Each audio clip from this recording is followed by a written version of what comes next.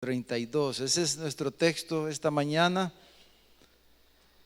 Y hermano, mi oración esta mañana es que el Señor nos dé un entendimiento claro de lo que Él nos quiere decir, que Él nos quiere hablar esta mañana. Yo creo que Él nos quiere decir algo a todos esta mañana, cada uno en una forma personal.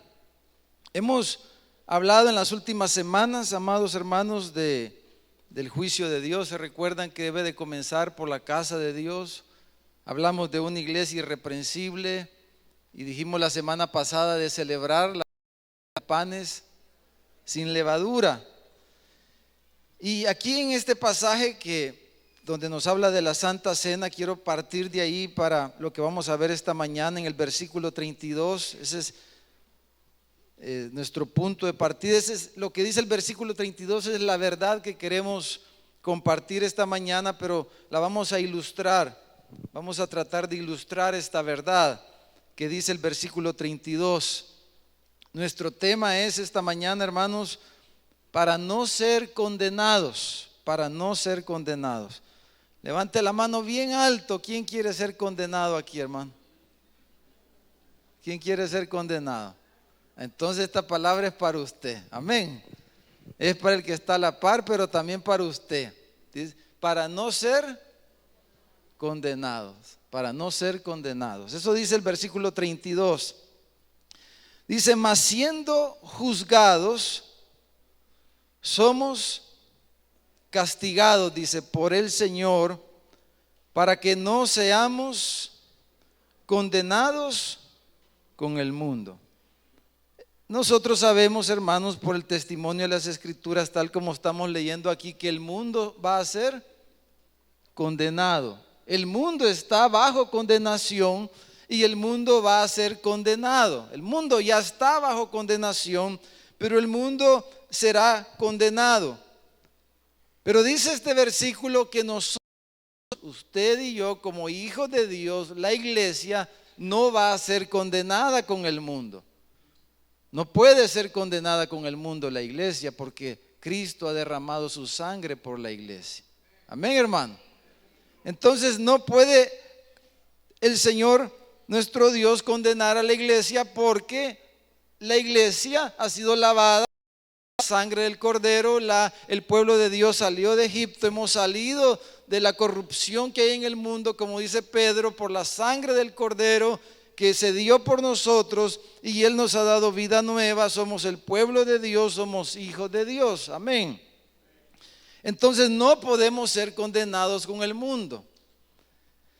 Ahora, lo que Pablo está diciendo aquí, ustedes conocen el pasaje, está hablando de cómo tomamos la cena del Señor, ¿verdad? Porque la cena del Señor es una práctica, ¿verdad? Es una ordenanza que el Señor nos dejó, a través de la cual, de cómo la practicamos, se evidencia nuestro estado espiritual. Es algo sumamente importante y hemos estado diciendo la importancia de no dejarla de tomar, de participar de ella de la manera correcta, de la manera adecuada.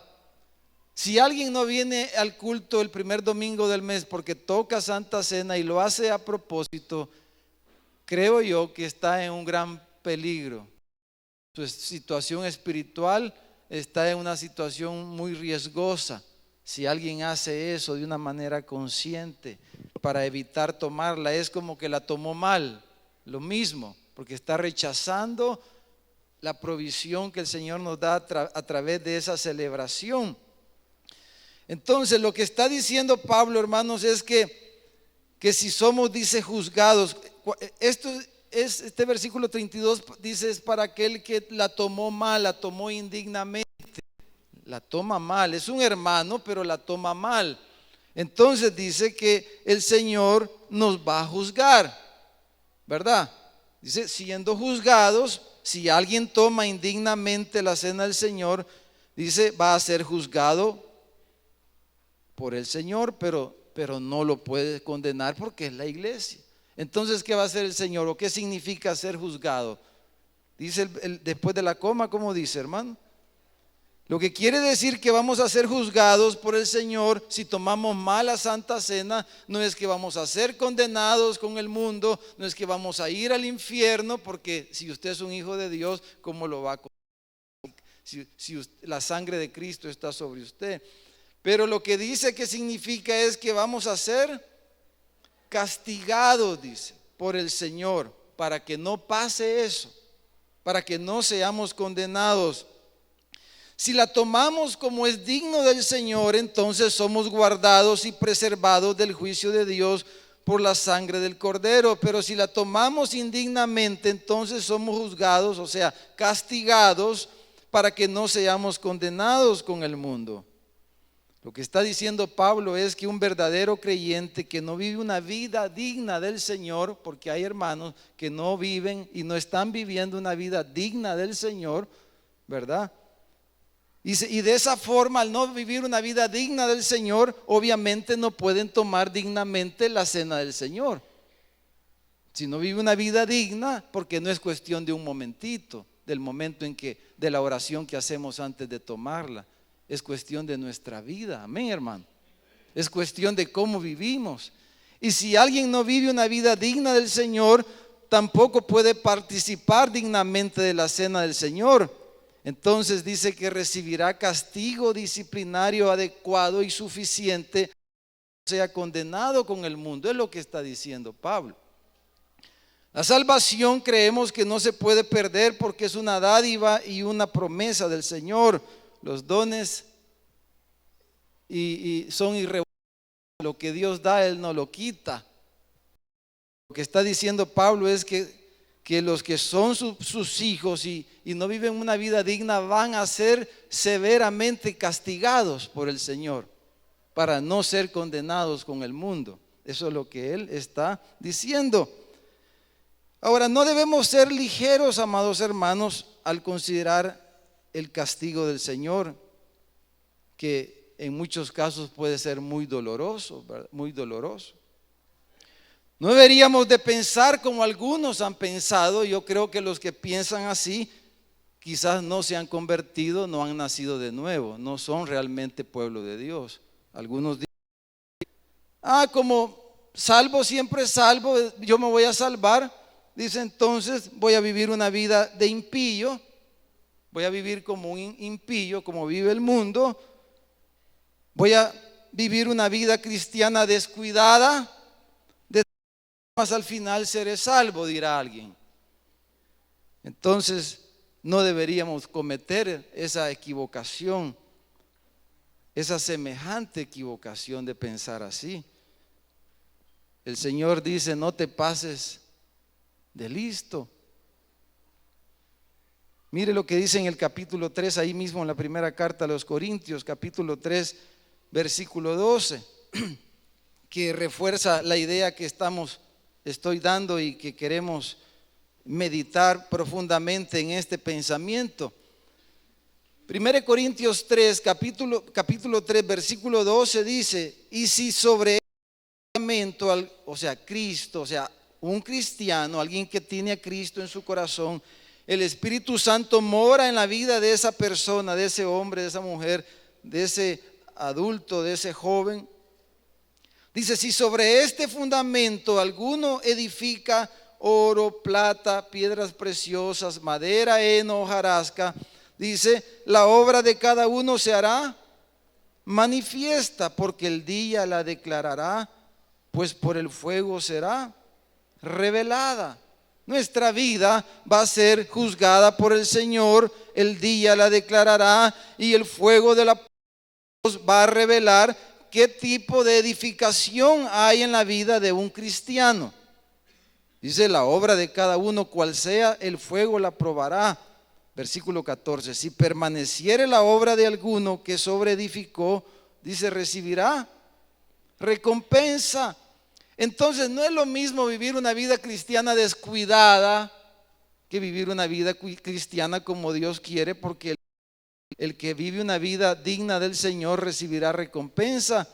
Pero dice, si la obra de alguno se quemare, si alguien no vive, no edifica su vida de la manera que Dios quiere, de una manera digna, dice, él sufrirá pérdida, Si bien, dice él mismo, será salvo, aunque así como por fuego. O sea, no, yo no logro entender bien esa diferencia, sinceramente, pero como que vamos a entrar algo así como cuando se le quema, le puso mucho al tostador, hermano, y un pan quemado, algo así. Vamos a entrar, vamos a ser salvos, pero como algo chamuscados, hermano, como pasados, como que al hornero se le pasó un poco la mano. Eso es lo que está diciendo. Ahora, mire lo que dice el versículo 16 al 18. Fíjese lo que dice Pablo. ¿No sabéis que soy templo de Dios? O sea, que el Espíritu de Dios mora en ustedes. No saben lo que hay en su corazón, que su cuerpo es templo del Espíritu Santo, sus vidas. Y dice 17, si alguno, dice, destruyera el templo de Dios, o sea, está hablando de una vida de un cristiano, porque alguien que no es cristiano no puede destruir el templo de Dios. Solo los cristianos pueden destruir el templo de Dios. Amén, hermano. Solo los cristianos pueden destruir el templo de Dios. Está hablando de un cristiano verdadero, pero que vive una vida descuidada y destruye el templo de Dios. O sea, ocupa su cuerpo, su vida para hacer las cosas desagradables al Señor. Por ejemplo, puede usar su cuerpo como un mural, ¿verdad? Alguien que usa su cuerpo como creo que esté honrando el templo que es del Espíritu Santo. Nuestros cuerpos no son murales para hacer decoraciones, hermano, ¿verdad? Por ejemplo, nada más por poner un ejemplo. Entonces dice, porque dice, si alguien destruye el templo de Dios, Dios le destruye. ¿Qué quiere decir eso, hermano? Que Dios va a hacer lo que dice 1 Corintios 11, los dos versículos anteriores del que leímos, que algunos están como en la iglesia, por no vivir una vida digna del Señor, están enfermos. Dios lo va a destruir, dice. ¿Cómo va a destruir el Señor al que destruye su templo? Enfermándolo, debilitándolo. Hay gente que desea morirse, porque sería más suave la muerte, hermanos, que seguir viviendo en muchos casos. Entonces dice, Dios le destruirá a él, porque el templo de Dios, el cual sois vosotros, santo es. O sea, Dios va a destruir a quien, a un cristiano. Y eso es lo que está diciendo Pablo, que Dios va a destruir a un cristiano, a un hijo suyo, lo va a destruir. La vida de un cristiano, Dios la va a destruir. Eso está diciendo, amados hermanos. ¿En serio? ¿No creen? Entonces, ¿pero por qué la va a destruir? Para que no sea condenado con el mundo. Para que no sea con el mundo. A través de esa destrucción, de esa disciplina, de ese castigo, Dios va a guiar a esa hermana al arrepentimiento para que sea salvo. Le va a dar a saber qué enfermedad o a saber qué cosa le va a pasar, algo va a ocurrir, pero Dios va a cumplir su propósito y lo va a salvar a esa persona, pero a través de una destrucción. Como le dijo el Señor Jesús a Pedro, el diablo, y sabe, está listo, dispuesto a destruirlo a usted y a mí. Se llama Satanás, el enemigo de nuestras almas. Él hace, Pedro, Satanás te ha pedido para zarandearte, para destruirte. Y yo he rogado que tu fe no falte. Entonces, mire el versículo 18, dice, nadie se engañe a sí mismo. Hermano, no podemos vivir una vida cristiana de engaño. Como uno de sus pastores, como sus pastores, amados hermanos, si nosotros de verdad les amamos, porque veamos la palabra de Dios tal cual es y entendamos las cosas que pasan a veces en medio de la iglesia y de las iglesias. Nada pasa por casualidad.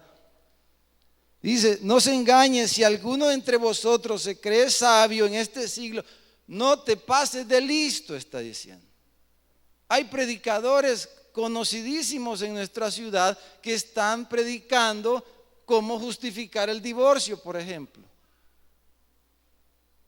No te pases de listo.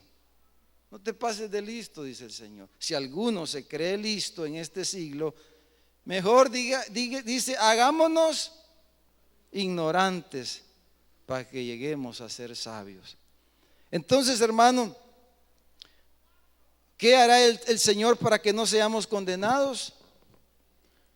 ¿Qué hará, hermano? Nos castigará ¿cómo? Duramente. Eso es lo que está diciendo Pablo. Castigará duramente por amor a sus hijos. ¿Qué hacemos nosotros de papá con nuestros hijos, hermano? A veces hasta perdemos la postura, ¿no es cierto? ¿Cuántos de nosotros hemos lastimado a nuestros hijos en nuestra desesperación, con nuestros gritos? ¿Verdad? Las hermanas que tienen puntería con un chancletazo. Tenga cuidado. Mire con esas plataformas que hay hoy, hermano. Muchachos, pórtense bien, por favor. No queremos a alguien desnucado, ¿verdad? De un plataformazo, hermano. Antes las Ginas Balco eran de plástico, hermano, y bien delgaditas, ¿verdad? Pero hoy, hermano, tengan cuidado, jóvenes. Mejor portémonos bien. Entonces, hermanos, ¿cuántos en nuestra desesperación les hemos gritado porque amamos a nuestros hijos? Y imagínese Dios con qué amor nos ama, hermano. Con qué amor Dios que dio a su hijo por usted. Imagínese qué nomás va a hacer Él para salvarlo a usted. Él lo va a hacer todo.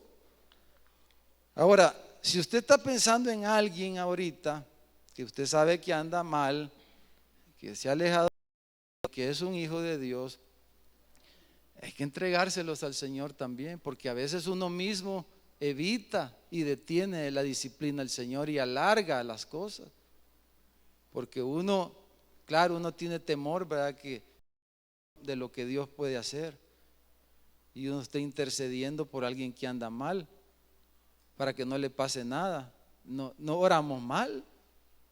Si alguien no anda con el Señor, no debemos orar que le vaya bien en la parranda donde anda, hermano. Que no agarre que no le vaya a dar sida porque anda con prostitutas y a saber con quién anda. Señor, guárdalo de alguna enfermedad. No, quizás lo que necesite es que le dé esa enfermedad para que su alma se corrija y se salve. Quizás lo que necesita sí es que ahí lo asalten en ese antro donde está metido. Eso es lo que necesita para que vuelva al Señor. Oramos a veces diciendo, Señor, guárdalo ahí donde sí anda de borracho, anda engañando, anda aquí y allá, pero guárdalo, Señor, porque es tu hijo. Oramos a veces nosotros. Quizás esté mal esa oración, pero quisiera, hermanos, usar la vida de un personaje en la Biblia muy conocido, Lot, sobrino de Abraham, quien tuvo que ser castigado duramente, hermanos, aunque finalmente alcanzó la salvación, según nos dice el apóstol Pedro en la segunda carta de Pedro, capítulo 2. Número 1, veamos algunas cosas en la vida de Lot. Lo primero que tenemos que decir, hermanos, es que Lot fue salvo. Lot fue salvo. Segunda de Pedro, capítulo 2, Lot fue salvo. ¿Por qué podemos afirmar eso? Porque ese es el testimonio de la Biblia.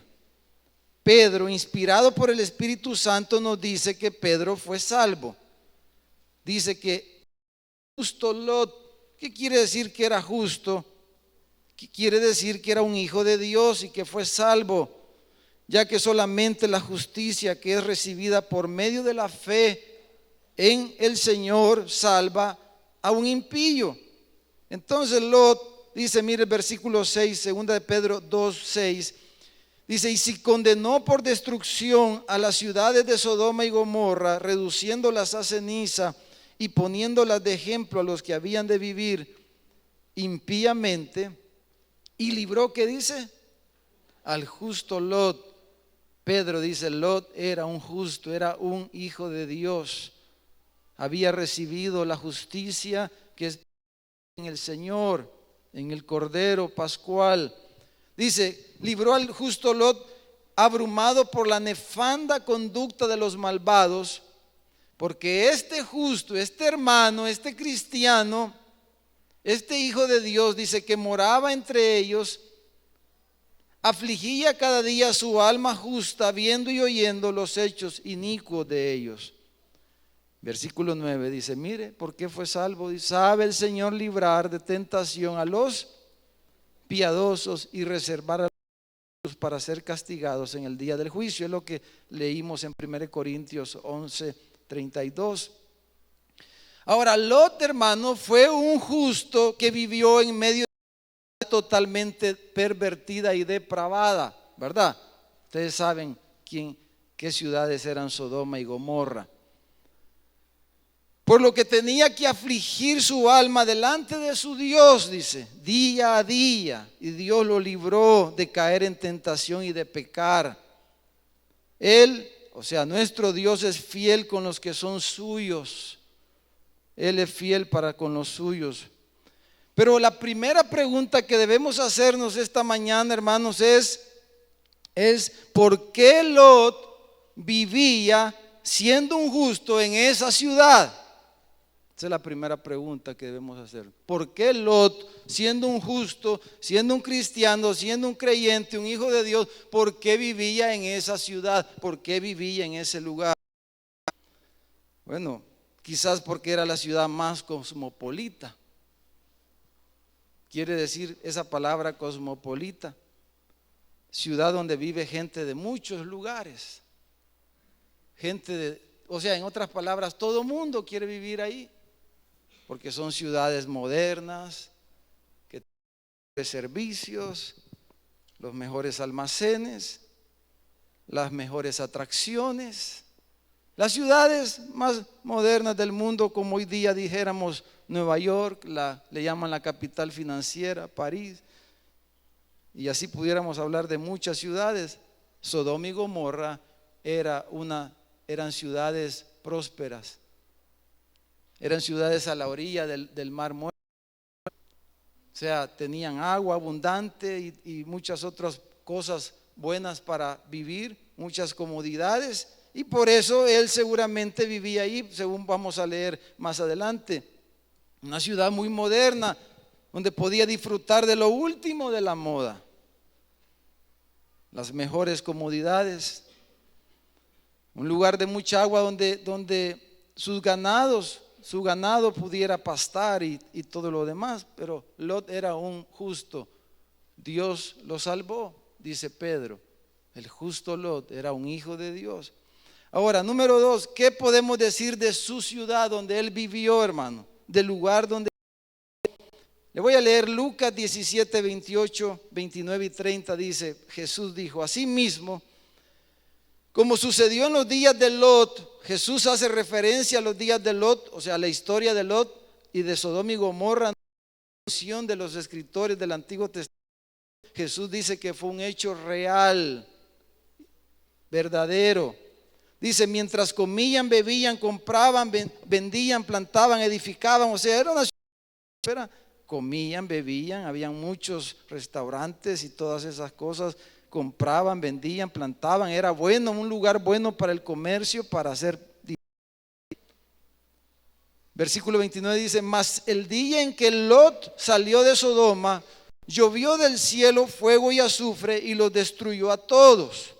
Así el día en que el Hijo del Hombre se manifieste. Dice que los destruyó a ¿cuántos, hermano? ¿Qué dicen los evangélicos? Está bueno, dice. Somos bien santos.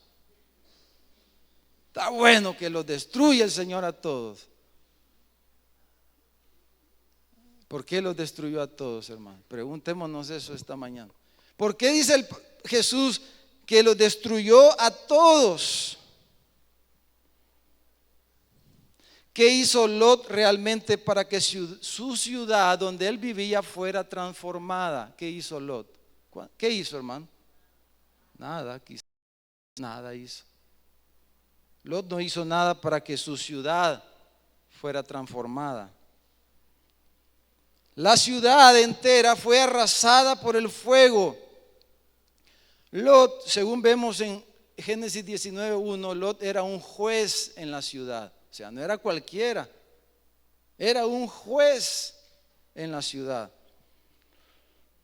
O sea, tenía influencia en la ciudad. Era un personaje muy conocido, porque cuando lo llegaron a buscar la gente para que le entregara a los ángeles que habían llegado, era alguien conocido, podemos ver ahí. Lot era conocido, no era cualquiera.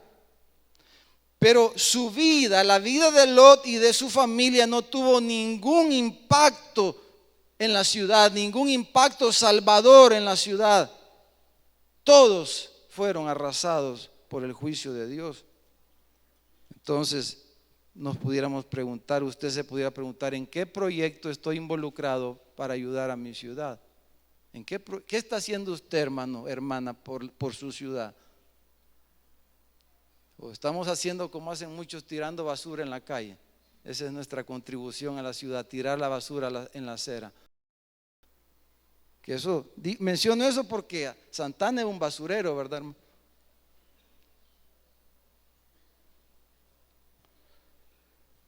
Ahora piense en cuánto oró Lot por su ciudad. ¿Cuánto habrá orado Lot por su ciudad, hermano? Por Sodoma y Gomorra. ¿Cuánto oraba él? ¿Cuántas oraciones Lot dedicó para pedir por ella, por Sodoma y Gomorra? ¿Cuántas veces intercedió? Quizás nunca. ¿Por qué? Porque estaba demasiado ocupado en sus propias cosas, en sus afanes, en sus planes, en sus negocios y los negocios de nuestro Padre. ¿Sabe por qué digo eso? Porque la Biblia dice en Génesis 18, se lo voy a leer en un momento, usted conoce la historia. Dice la Biblia que había alguien que sí intercedía por Sodoma y Gomorra, que sí hubo uno que intercedió por esa ciudad donde vivía Lot, su padre espiritual. El padre espiritual de Lot, Abraham, su tío, él sí dice la Biblia que intercedió por esas ciudades, pero la Biblia nunca nos dice que Lot haya orado por Sodoma y Gomorra. No dice. Abraham sí intercedió por Sodoma y Gomorra. ¿Y por qué Lot no? Porque Lot no tenía la sensibilidad espiritual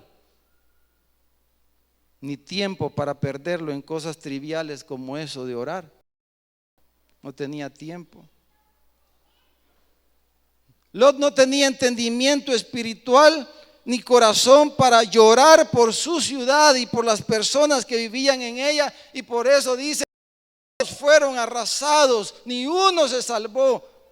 Porque Lot, ese justo, ese hermano que vivía en Sodoma y Gomorra, no tuvo la sensibilidad espiritual ni el corazón para llorar por esa gente, para llevarles la verdad y que ellos pudieran conocer al Salvador y tener fe salvadora. No, Lot era de los que no tienen tiempo para los ayunos y las oraciones. Por cierto, ayer tuvimos uno. Eso no estaba en la agenda de Lot. Estaba muy ocupado en sus negocios y en otras cosas. No tenía tiempo para esas trivialidades y esa pérdida de tiempo. Eso no estaba en su agenda, pero era un justo, era un hermano, era un cristiano. Entonces, pero Abraham, dice la Biblia, que luchó en oración, hermanos. Abraham luchó en oración por esa gente, por esas ciudades. Claro, él tenía en mente a Lot quizás en primer lugar, porque amaba a Lot, amaba a la mujer de Lot, amaba a sus hijas, amaba, por lo menos a ellos podemos estar seguros que los amaba, y él oraba por Sodoma y Gomorra porque ahí habían personas que él amaba y él conocía a Dios. y tenía entonces el corazón y la sensibilidad para orar y pelear, porque en oración se pelea, hermano.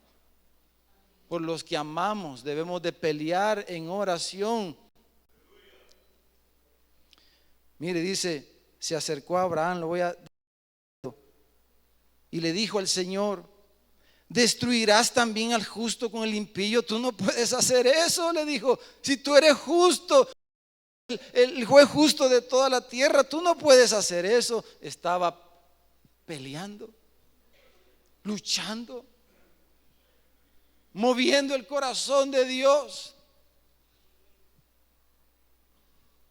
Entonces respondió el Señor, le dijo: en Sodoma 50 justos dentro de la ciudad, perdonaré a todo el lugar por amor a ellos. Y Abraham replicó y dijo: he aquí, ahora he comenzado a hablar a mi Señor. Aunque yo soy polvo y ceniza, no tienes por qué escucharme ni hacer lo que te pido. Pero quizá, le dice, faltarán de 50 justos 5. ¿Destruirás por aquellos 5 toda la ciudad? Y dijo: no la destruiré si hallare 5. Si hay 45 justos, no voy a destruir la ciudad. Y volvió a Abraham. Él conocía cómo era Sodoma y Gomorra. Abraham sabía qué vida y qué tipo de gente había ahí y cómo eran esas ciudades. Y él sabía que no habían 45. Él sabía eso. Entonces le volvió a decir: y si hallaran ahí 40, no lo haré por amor a los 40. No se enoje, mi Señor, le dice, no se enoje ahora mi Señor si hablare, quizá se hallaren 30, no la destruiré si hay 30. Señor, ahora que estoy hablando, déjame seguir hablando. Quizás hayan 20, no la destruiré si hay 20. Y volvió a decir: no se enoje mi Señor, Señor, perdóname, pero solo una vez más voy a hablar. Y si hubieran 10, no la destruiré si hubieran 10. Puede ver el corazón de Abraham. Está orando. Entonces Jehová, dice, se fue. Y ustedes saben lo que pasó. No habían 10. ¿Habían cuántos? 1. Solo 1. ¿Cuántos discípulos hizo Lot en Sodoma y Gomorra? ¿Cuántos discípulos hizo Lot en Sodoma y Gomorra, hermano? Ni uno. Por eso dice que a todos los consumió el fuego.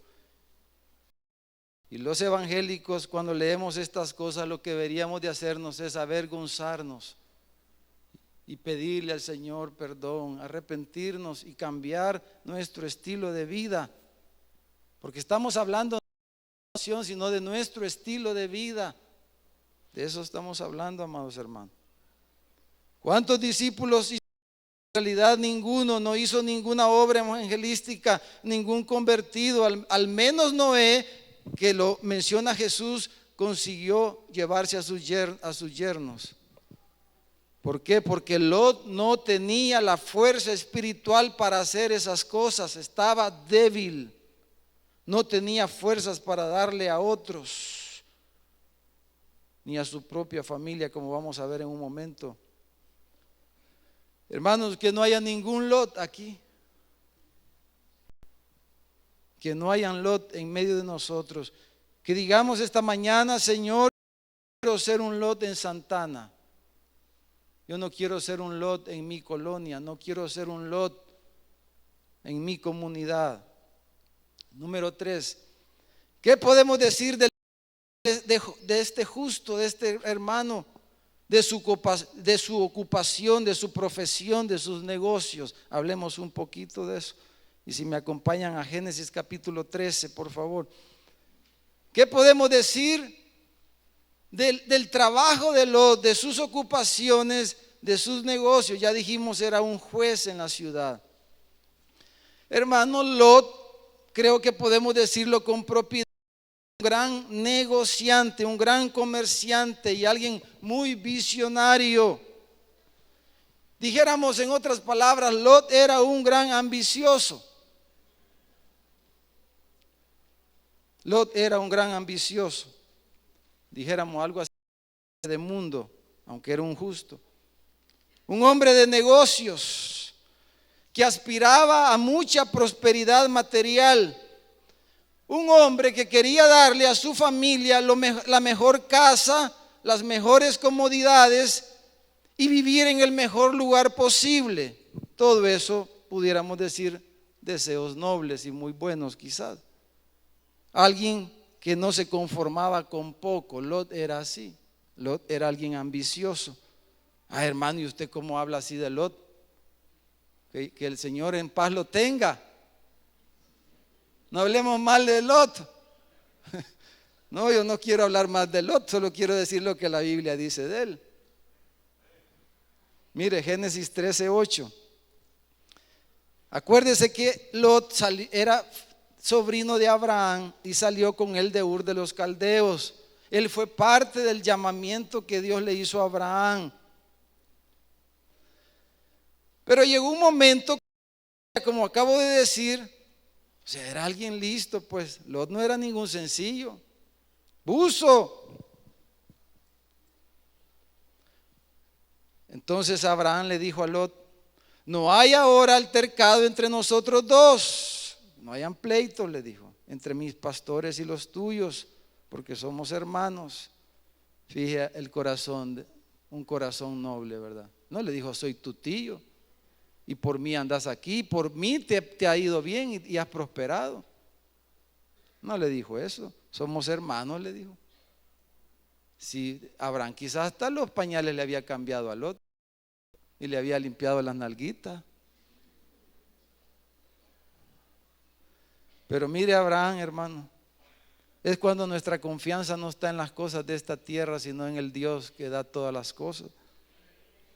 Dice: no está toda la tierra delante de ti, le dice, no te ruego, yo te ruego que te apartes de mí. Si fueres a la mano izquierda, yo iré a la derecha, y si tú a la derecha, a la izquierda. ¿Sabe lo que Lot hubiera dicho hasta este punto? No, Abraham, no a ti, yo le hubiera dicho. Escoge tú, era lo menos que le podía haber dicho. Pero no le dijo eso. Y le hubiera podido haber dicho como dijo Ruth: tu Dios será mi Dios, tu pueblo será mi pueblo, yo no me voy a apartar de ti, donde tú vayas yo iré. Eso hubiera dicho Lot. Pero dice que Lot era ambicioso. Y alzó Lot sus ojos y vio toda la llanura del Jordán. Era la oportunidad que él estaba esperando. Era la oportunidad de su vida. Aleluya. Hermanito de vida. Aleluya. Pastor, ese es el consejo que yo estaba esperando para entrar en este negocio. Yo no sé por qué le tienen que venir a pedir tanto consejo a veces a los pastores si entran en un negocio o no. Dice que él vio que toda ella era de riego, como el huerto de Jehová. Era cristiano, hermano. Él vio que esa tierra era como el Edén, dijo. Aquí me va a ir bien. Como la tierra de Egipto, ahí ya, en la dirección de Zoar, antes que destruyese Jehová Sodoma y Gomorra. Entonces, dice, Lot escogió para sí toda la llanura del Jordán, y se fue Lot hacia el oriente, y se apartaron el uno del otro. Abraham acampó en la tierra de Canaán, en tanto que Lot habitó en la llanura, y fue poniendo sus tiendas. ¿Hasta dónde? Sus propias decisiones lo llevaron a vivir a Sodoma, sus propias elecciones, sus propios gustos y sus ambiciones lo llevaron a vivir a Sodoma. Mas los hombres de Sodoma eran malos y pecadores contra Jehová en gran manera. Pero a él no le importó eso, porque era más importante lo bien que le iba a ir en los negocios, dirección. Ahí había más poder adquisitivo, ahí iba a poder tener más comodidad, iba a poder tener unos mejores sillones, gran de cuero, bien acolchonados para ver la TV, cable, gran cosa, hermano. Porque esas son las aspiraciones de la gente de este mundo. Un televisor más grande, un sofá. Pero es lo que menos necesitamos los cristianos para ir a trabajar más a la calle, hermano. Ladrillos ponga ahí en la sala mejor. No, es broma, hermano. Está bien, ya tenemos. Pero mire, y Jehová dijo a Abraham, después que Lot se pasó ahora, y mira desde el lugar donde estás hacia el norte y al sur y al oriente y al occidente. Bueno, ahí va toda la bendición que el Señor le dijo a Abraham. Entonces, hermano, debió haber mantenido la cobertura espiritual de su papá espiritual, de su tío Abraham, pero la dejó porque era demasiado ambicioso, aspiraba mucho. Aunque sus prioridades no estaban según Dios, ese es el problema. El problema no son las comodidades, hermanos, no, que usted y que aspiremos a tener un lugar más cómodo donde dormir y donde vivir, eso está perfecto. Pero el problema eran sus prioridades, no estaban ordenadas según Dios. Lo material era lo más importante para él, como acabamos de leer, y olvidó que la bendición y la verdadera prosperidad de Jehová, que hizo los cielos y la tierra, como dice el Proverbio 10:22. No sé si lo puede poner ahí en la pantalla un momentito. Proverbio 10:22, déjeme de leérselo. Dice: la bendición de Jehová es la que enriquece y no añade tristeza con ella. La verdadera bendición que viene del Señor no añade tristeza, no añade más afán y más perturbación y más problemas y todas las demás cosas. Ahora, fíjese, hagámonos estas preguntas. ¿A dónde quedó todo el ganado de este hermano? Chamuscado, cabal, hermano, gracias. Todo el ganado, toda la prosperidad material de Lot, ¿dónde quedó? ¿Qué pasó con sus negocios que había construido en Sodoma y Gomorra? ¿Qué pasó con su casa artesonada y con todos sus bienes? Todo fue quemado por el fuego de Dios. El juicio de Dios consumió todas sus posesiones. Eso es lo que Pablo está diciendo. Cuando no participamos dignamente de la cena del Señor, vamos a ser castigados por el Señor con enfermedades, debilidades o la misma. Desde un punto de vista financiero pudiéramos decir que Lot quedó totalmente debilitado, arruinado, débil, como dice 1 Corintios, el pasaje que estamos viendo. Pero por último, hermano, veamos un poquito, hablemos, pero porque alguien pudiera decir: pero al menos le quedó su familia. Pensemos un poco de la familia para terminar. ¿Qué podemos decir de la familia de este cristiano, de este justo, de este hermano, de este hijo de Dios, su esposa? ¿Cómo terminó su esposa, hermano? Como una estatua de sal. Salada quedó. No me salé vos, le dice. El único que sala es el Señor, hermano. Porque alguien le diga: no sé qué, que no sé cuánto. Usted, como dicen algunos, cancele esas palabras en el nombre del Señor. El único que puede salar es Dios. Él sala a las personas. Él las sala o las bendice. Así que no se enoje si alguien está prosperando. Alégrese, dígale: Señor, qué bueno eres con este. Este no merece, pero aquí veo tu bondad, Señor. Gloria a Dios, hermano. Como decía allí, Ávila sonría, Cristo le ama, hermano. Terminó salada, hermano, una estatua de sal. Pero fíjese, en ninguna parte de la Biblia se nos dice que ella era justa. En ninguna parte de la Biblia. Se dice que la esposa de Lot era justa. Podemos decir muchas o dar muchas razones por las que ella vio para atrás, ¿verdad? Desobedeciendo la orden de los ángeles. Pero baste decir que el juicio de Dios la alcanzó. Ella fue condenada con el mundo, con Sodoma y Gomorra. Ella recibió el mismo castigo de Sodoma y Gomorra.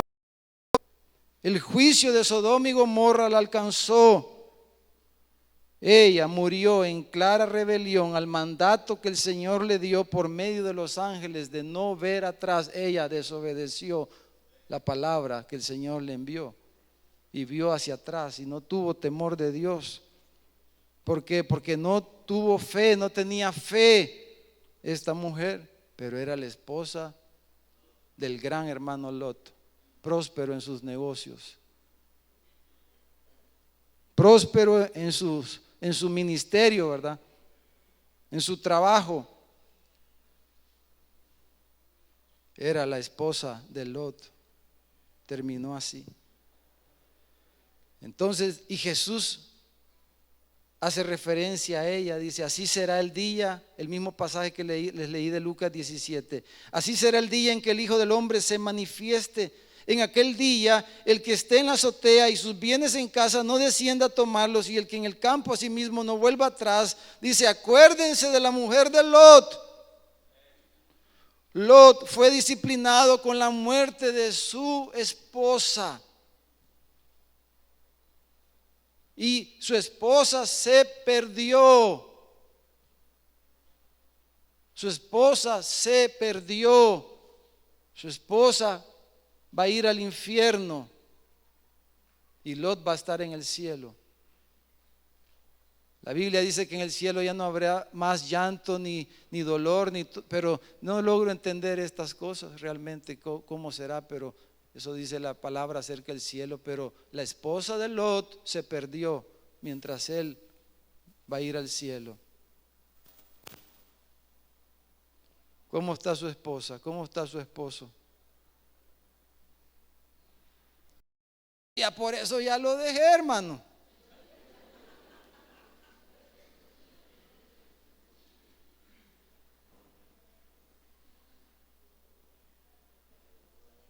Y entonces dijo a los saduceos, ¿verdad? Y aquella que enviudó 7 veces, no que por 7 cuentas le va a tener el Señor, ¿verdad? Mejor solo una, hermano. Más barato. Sus yernos, hermanos, los yernos de Lot. Mire, Génesis 19, si vamos ahí a Génesis 19, vamos a ir concluyendo. Génesis 19, versículo 14, dice, salió Lot y habló a sus yernos cuando los ángeles le informaron aquella noche los que habían de tomar hijas, y les dijo, o sea, eran los prometidos, sus yernos eran los prometidos, dice, los que habían de tomar sus hijas, o sea, ya había un compromiso. Lot fue donde ellos y les dijo, levántense, salgan de este lugar, porque Jehová va a destruir esta ciudad. Mas pareció, dice a sus yernos, como que se burlaba. Lot, qué buen chiste, Lot. Ese Lot parece un cuento de Periquita, de Mafalda. Qué chistoso tu suegro. Dice que se burlaba. ¿Por qué, hermano? No conocían a Jehová, no conocían al Señor, ni tenían temor de Él, no tenían fe, porque Lot nunca les había presentado al Señor, al Dios de Israel, al Dios de su tío Abraham y al Dios de él. Entonces dice que como que se burlaba los yernos, los prometidos de sus hijas y sus hijas, hermanos. Mire, capítulo 19, versículo 30, después del diluvio de fuego, azufre, dice: pero Lot subió de Zoar y moró en el monte, y sus dos hijas con él. Era todo lo que le había quedado, sus dos hijas, sus dos princesas. Porque dice que tuvo miedo de quedarse en Zoar y habitó en una cueva él y sus dos hijas, porque pensaba quizás que lo iban a matar, porque que él era el culpable de lo que había pasado en Sodoma y Gomorra.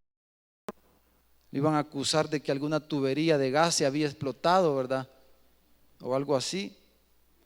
Entonces la mayor le dijo a la menor, fíjese la gran idea que tuvo la hermana mayor: nuestro padre es viejo y no queda varón en la tierra que entre a nosotras conforme a la costumbre de toda la tierra. Ven, le dijo, tacho a nuestro padre y durmamos con él y conservemos de nuestro padre descendencia. No, la intención parecía buena. Los sentimientos de las niñas eran buenos quizás. Si ella, como a veces dicen los papás, no, si mi hijo, él no tiene, si él buenas intenciones. No, si mi niño, no, ¿y usted cómo puede pensar así de mi niña, de mi niño? Dicen los papás. Entonces, dice que ella lo emborracharon y aquella noche él se acostó con la mayor y durmió con su padre ella, pero él no sintió, dice, cuando se acostó ella ni cuando se levantó, ni cuenta se dio el pobre Lot. Versículo 34, el día siguiente dijo la mayor a la menor: he aquí, yo dormí la noche pasada con mi padre, hoy es tu turno, le dijo. Pongámoslo otra vez borracho para que conservemos de nuestro padre descendencia.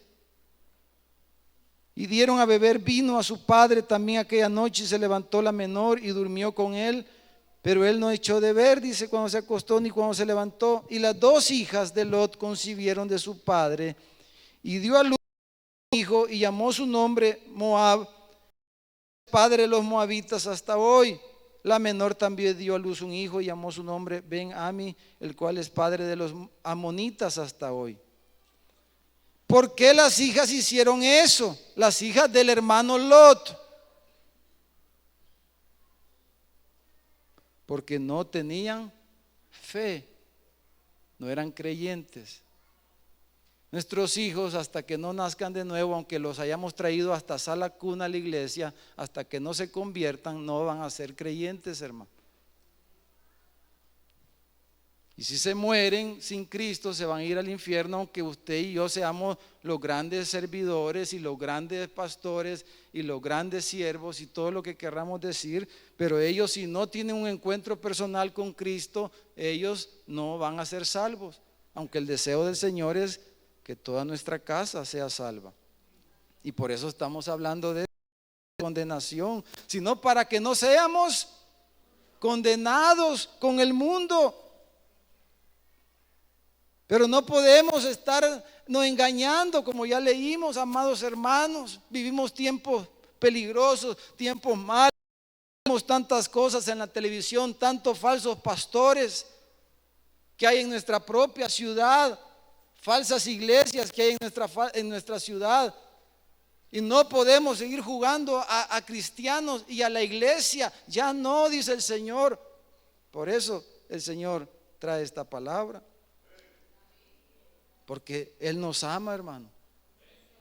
Él nos ama a cada uno. No tenían fe sus hijas, por eso se comportaron así. ¿Por qué se comportan así nuestros hijos? Porque necesitan conocer al Señor. No podemos estarlo consintiendo. No había temor de Él. Ellas, hermanos, con una buena intención, con una buena causa, promovieron un incesto. Y el incesto es una depravación sexual que la ley de Dios prohíbe. Un incesto. Fíjese, la filosofía inmoral de Sodoma y Gomorra ha corrompido de tal forma en su manera de pensar.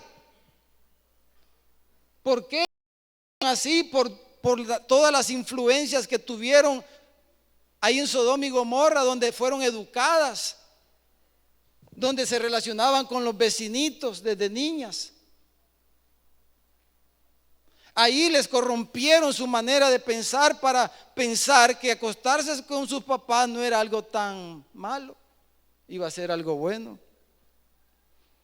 Pero la filosofía inmoral de Sodoma y Gomorra las corrompió a ellas. Las corrompió de forma que decidieron sin vacilar, sin ningún temor, embarazarse de su propio padre. ¿Y qué concibieron, hermanos? ¿Sabe qué concibieron?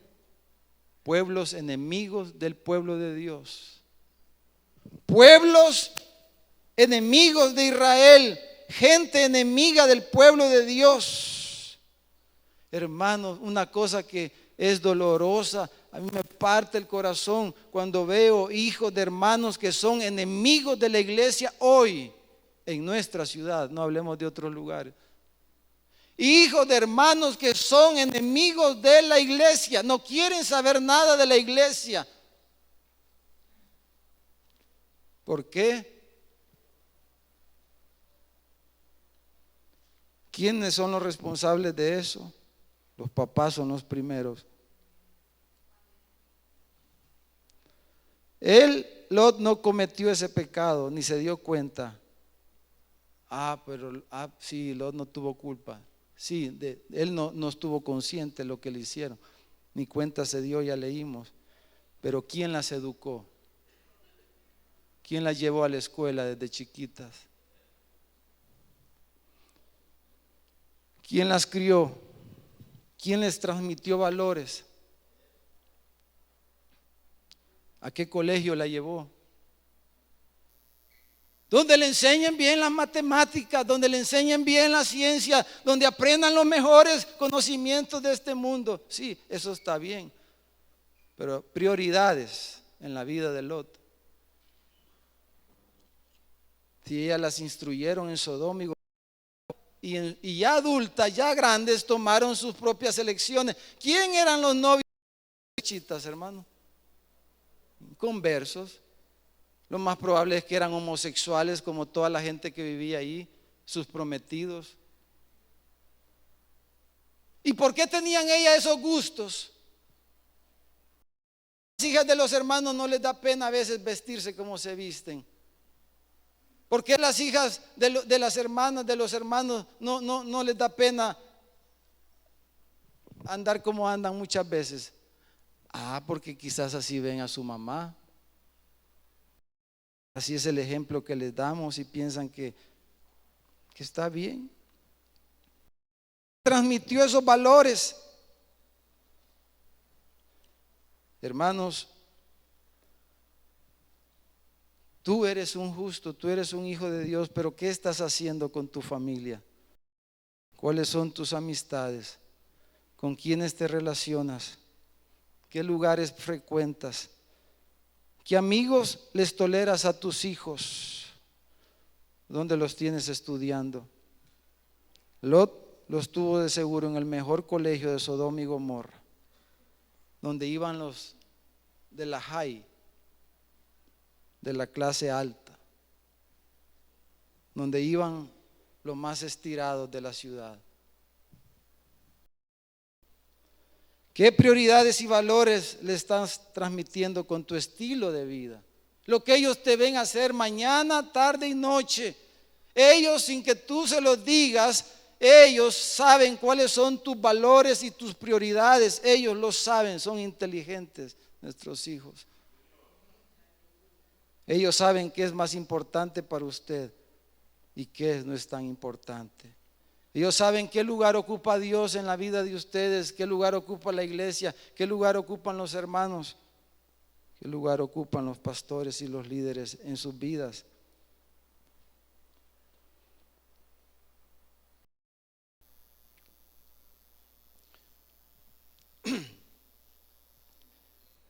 ¿Quiénes creen, hermanos, que van a ser los pretendientes de sus hijas?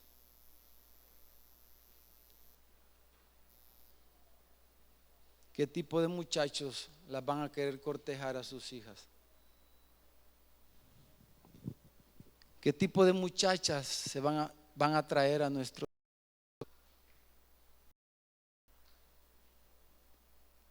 ¿Qué muchachas les van a gustar a nuestros hijos?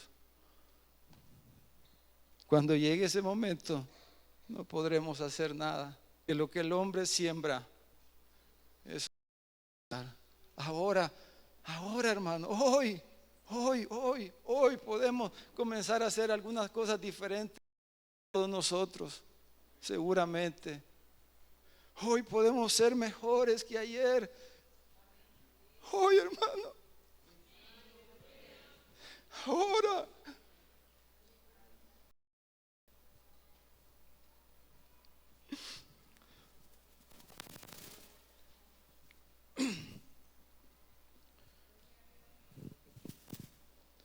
El pecado y la maldad lo alcanzaron a través de sus propias hijas, aunque era un justo.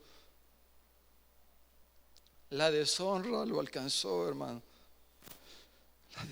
La deshonra, la burla, los sentimientos de culpa, etcétera, etcétera. Lo atravesaron todas estas cosas, como dice el Salmo 38, escrito. David le dice al Señor, después de haber pecado y haber fallado, fíjese lo que le dice en el Salmo 38. Reprendas en tu furor, ni me castigues en tu ira. Porque tus saetas cayeron sobre mí y sobre mí ha descendido tu mano. Nada hay sano en mi carne a causa de tu ira, ni hay paz en mis huesos a causa de mi pecado, porque mis iniquidades se han agravado sobre mí, como carga pesada se han agravado sobre mí, y hieden y supuran mis llagas a causa de mi locura. Estoy encorvado, estoy humillado en gran manera, ando enlutado todo el día, porque mis lomos están llenos de ardor y nada hay sano en mi carne. Estoy debilitado. Muchos están enfermos, muchos están debilitados, muchos duermen. Estoy debilitado y molido en gran manera. Gimo a causa de la conmoción de mi corazón. Lot en realidad lo perdió todo. Él era un creyente, pero desde que se separó de Abraham nunca vivió una vida digna del Señor. Si Dios lo ha ubicado en esta ciudad y Dios lo ha ubicado en esta iglesia, no se vaya de esta ciudad por razones materiales. No se vaya. No sé el consejo que le doy esta mañana. Lot fue salvo, pero su familia no. Pero con mucha disciplina.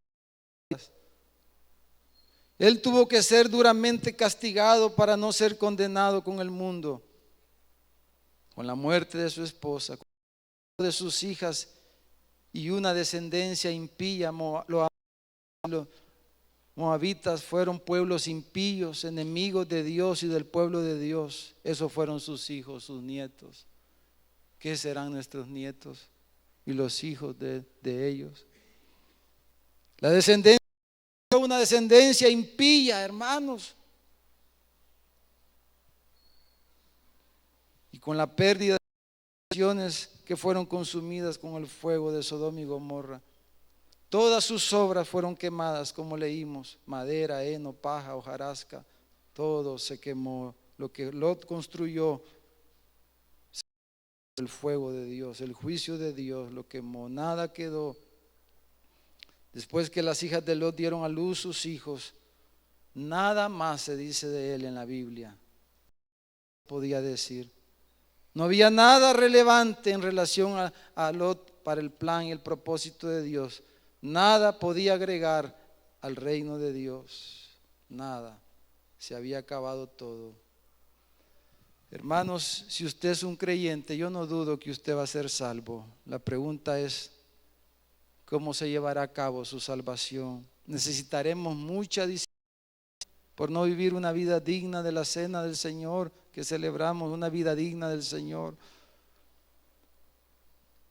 Vamos a tomar en poco la muerte del Señor sin discernir la iglesia, lo que es ser parte de la iglesia y lo que es ser parte del cuerpo de Cristo, ser un hijo de Dios. ¿Qué será de su familia? ¿Qué legado dejará usted? ¿Cómo será su descendencia sobre la tierra? ¿Dejaremos problemas en la tierra cuando partamos con el Señor? O como dice este versículo que está ahí en la pantalla,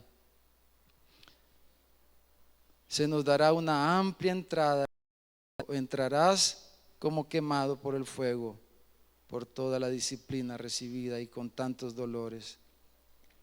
Y dice Pedro, dice, por lo cual, hermanos, tanto más procurad hacer firme vuestra vocación y elección, porque haciendo estas cosas no caeréis jamás. Porque de esta manera os será otorgada amplia y generosa entrada en el reino eterno de nuestro Señor y Salvador Jesucristo. Por esto yo no dejaré de recordarles siempre estas cosas, aunque ustedes las sepan y estén confirmados en la verdad presente. Hermanos, tengamos un momento con el Señor.